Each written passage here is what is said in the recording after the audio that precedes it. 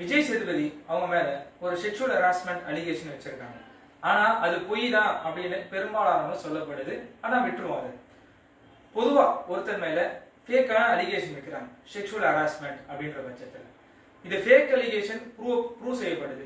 இல்ல அது fake allegation தான், அவர் மேல வச்சது ஒரு பொய் குற்றச்சாட்டு தான், உண்மையில அவர் அந்த மாதிரி ஹராஸ்மெண்ட்லாம் பண்ணலன்னு சொன்னா எந்த மாதிரி செக்ஷனுக்கு கீழே அவர்கள் தண்டிக்கப்படுவாங்க? First section 248 of BNS, false charge of offence என்று சொல்வார்கள். பொய் குற்றச்சாட்டு.